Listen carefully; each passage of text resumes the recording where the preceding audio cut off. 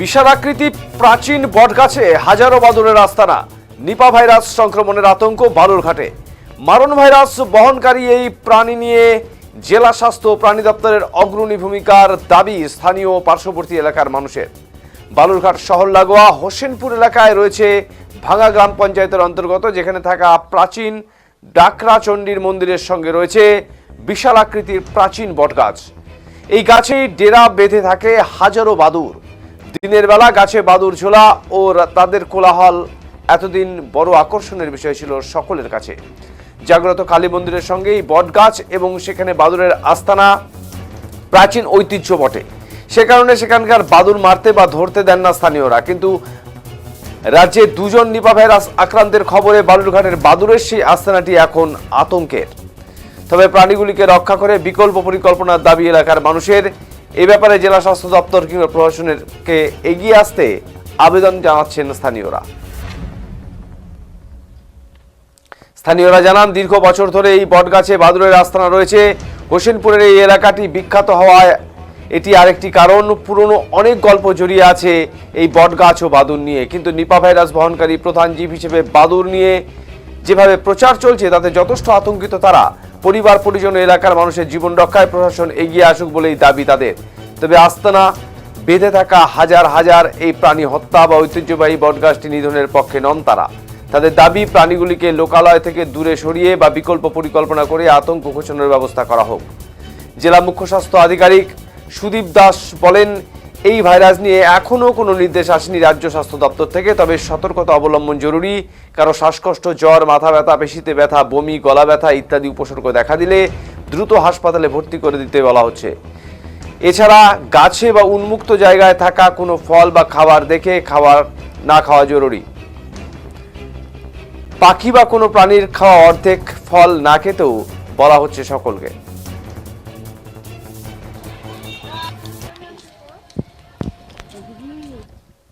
এই যে বাড়িটা, হ্যাঁ, বাড়িটার সব ড্যামেজ হয়ে যাচ্ছে, দিনের পর দিন সব ড্যামেজ হয়ে যাচ্ছে, সবগুলো নষ্ট হয়ে যাচ্ছে।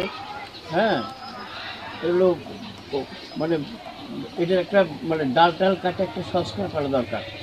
এইগুলো মানে এই বাড়িটার খুব ক্ষতি হচ্ছে আর কি। বাদুড়ের গাছ থাকার জন্য বাদুড়ের পটি পড়ে, হ্যাঁ, বাদুড়ের পটি পড়ে ছাদ থেকে সব ছাল উঠে চলে যাচ্ছে তাদের। বা একটা বাদুড় যদি এলাকার কোনো বাচ্চাকে কামড় দেয় বা আঁচড় দেয়, একটা ভাইরাস ছড়ায়, সেটা হচ্ছে নিপা ভাইরাস। যার কোনো স্বাস্থ্য দপ্তর থেকে এখনো কোনো ব্যবস্থা নেয়নি। কি বলবেন? হ্যাঁ, কি বলবেন এই ব্যাপারে? ব্যবস্থা নেওয়া উচিত। কেন? এই যে ভাইরাস ছড়াচ্ছে, নিপা ভাইরাস, এটা কোনো বাচ্চাকে যদি কোনো খবর দেয়, বাচ্চাকে কোনো ইয়েতে মারে, হ্যাঁ, তাহলে সেটাকে অ্যাকচুয়ালি একটা এইভাবে স্বাস্থ্য দপ্তর থেকে একটা ইয়ে নেওয়া দরকার আর কি। হ্যাঁ, সচেতনতা, হ্যাঁ, সচেতনতা নেওয়া দরকার, সচেতনতা একটা নেওয়া উচিত। অনেক বাদুড় আছে, অনেক মানে গোনা অসম্ভব, প্রচুর বাদুড় আছে। আগে আরও বেশি ছিল, এখন তাও অনেকটা কমে গেছে।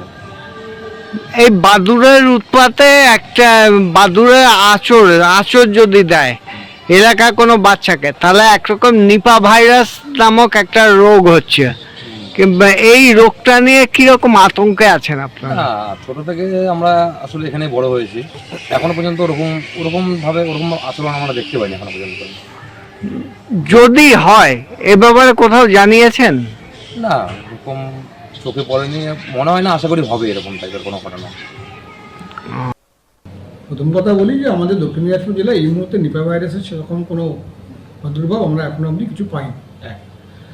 2 নম্বর, বিগত 8 তারিখে আমাদের ডিএইচএস স্যার এবং ডাইরেক্টর হসপিটাল অ্যাডমিনিস্ট্রেশন ব্রাঞ্চ তারা সমস্ত স্বাস্থ্যকর্মীকে একটা প্রিলিমিনারি একটা ট্রেনিং বা একটা ক্যাপাসিটি বিল্ডিং বলুন ও ওয়ার্কশপ একটা করেছে থ্রু জুম বেশি মাধ্যমে। সবাই মোটামুটি একটা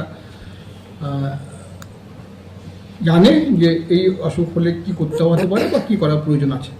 প্রসঙ্গত বলে রাখি যে নিপা ভাইরাস খুব বেশি সংক্রামক নয়, সুতরাং খুব বেশি আতঙ্কিত হওয়ার কোনো প্রশ্ন নেই। এই রোগের লক্ষণ সাধারণত একটু জ্বর, সর্দি, কাশি, পাতলা পায়খানা, বমি, ইউজুয়ালি এগুলো নিয়ে প্রেজেন্ট করে। কিছু কিছু ক্ষেত্রে খিচুনি, কিছু কিছু ক্ষেত্রে এনকেফেলাইটিস, খুব ভেরি রেয়ার কেসে তারা আসতে পারে, বা খুব শ্বাসকষ্ট আমরা ARDS বলে নিয়ে আসতে পারে। এরকম রুগী এখনো অবধি আমরা এই জেলায় পাইনি। আমাদের ডিস্ট্রিক্ট হসপিটাল এবং সাব ডিস্ট্রিক্ট হসপিটালে আমাদের যে হাইব্রিড সিসিউ আছে সেখানে 2টো করে বেড আমরা অলরেডি আইসোলেশন যে কেবিন ঘর আছে সেখানে 2টো বেড আমরা উইথ ফুল ইকুইপমেন্ট আমরা রেখে দিয়েছি। কোল্ড ইঞ্জুরি কোনো পেশেন্ট আসবে এরকম একটা সন্দেহ হলে পরে আমরা ব্লকের বিএমওসদেরও বলেছি সেখানে প্রত্যেকটা ব্লক হাসপাতালে 2টো করে বেড আলাদা করে রাখতে। সাধারণত এরা যেহেতু সংক্রামক আছে সেই জন্য আমাদের প্রত্যেকটা জায়গাতে আমাদের আগে একটা আইসোলেশন ওয়ার্ড বা অ্যাডিশনাল ওয়ার্ড করা হয়েছিল 20 বেডের। আমরা সেটাকে অলরেডি প্রিপেয়ার করে রাখছি, কিন্তু আমার মনে হয় না এতটুকু কিছু প্রয়োজন আছে। এর তো কোনো ডেফিনিট ট্রিটমেন্ট কিছু নেই, জাস্ট ভাইরাল ডিজিজ হিসেবে যেমন জ্বর সর্দি কাশি যা সিমটম সেটাই করা হয়।